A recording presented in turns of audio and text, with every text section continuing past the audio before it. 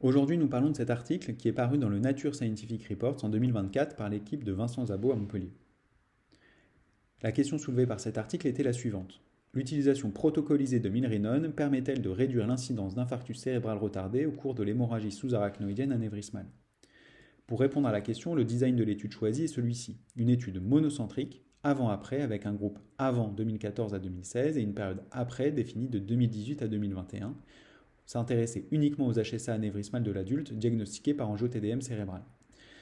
La prise en charge préventive de la survenue d'ischémie cérébrale retardée associée au vasospasme était commune aux deux périodes, notamment avec l'utilisation de nimodipine, PEROS ou IVSE.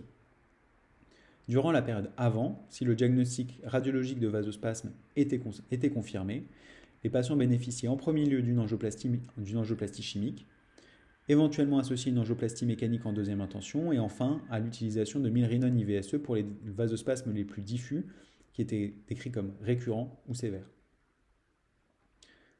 Concernant le groupe après, la stratégie thérapeutique était basée sur le retentissement clinique et ou radiologique du vasospasme, suivant un algorithme protocolisé que vous pouvez retrouver en bas à droite de la figure. Tous les patients bénéficiaient d'un angioscanner cérébral de perfusion dans les 72 premières heures suivant l'admission en réanimation. Ils avaient une évaluation clinique et échographique quotidienne. Et dès lors que le diagnostic de vasospasme était suspecté, une nouvelle angio-TDM cérébrale de perfusion était réalisée. En fonction de ce résultat, plusieurs possibilités. S'il existait un retentissement clinique et ou radiologique de ce vasospasme, défini comme un Tmax supérieur à 6 secondes, eh bien, les patients avaient une HTA-thérapie, le volémie était conservé, et ils bénéficiaient d'un traitement IVSE par milrinone, associé éventuellement à une angioplastie chimique, et en dernière intention, une angioplastie mécanique. S'il n'existait pas de retentissement clinique et radiologique, on appliquait une stratégie dite préventive, les patients examinables avaient une HTA-thérapie, et le volémie était visé. Si les patients n'étaient pas examinables, ou que le vasospasme, bien qu'il n'ait pas de retentissement important radiologique, était décrit comme sévère, diffus ou récurrent, en plus de l'euvolémie et de l'HTA-thérapie, les patients bénéficiaient de milrinone IVSE.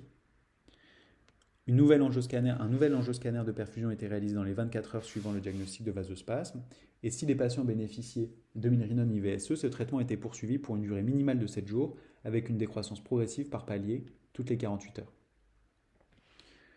La variable d'intérêt de l'étude était la survenue d'infarctus cérébral retardé, donc d'un AVC ischémique, diagnostiqué par imagerie au cours du séjour et qui était non présent lors des 72 premières heures d'hospitalisation. Le résultat principal de l'étude est net. Dans le groupe après, il existe une réduction significative de l'incidence des infarctus cérébraux retardés. Parmi les résultats secondaires, ce que l'on peut souligner, c'est que dans le groupe après, il y avait une réduction significative de la durée de séjour en réanimation et de ventilation mécanique. Par ailleurs, l'incidence de diagnostic du vasospasme était plus importante dans le groupe après, mais il existait moins de déficit neurologique au moment du diagnostic de ce vasospasme et moins de déficit neurologique au cours du séjour en réanimation dans le groupe après. En conclusion, plusieurs points peuvent être soulevés par cette étude.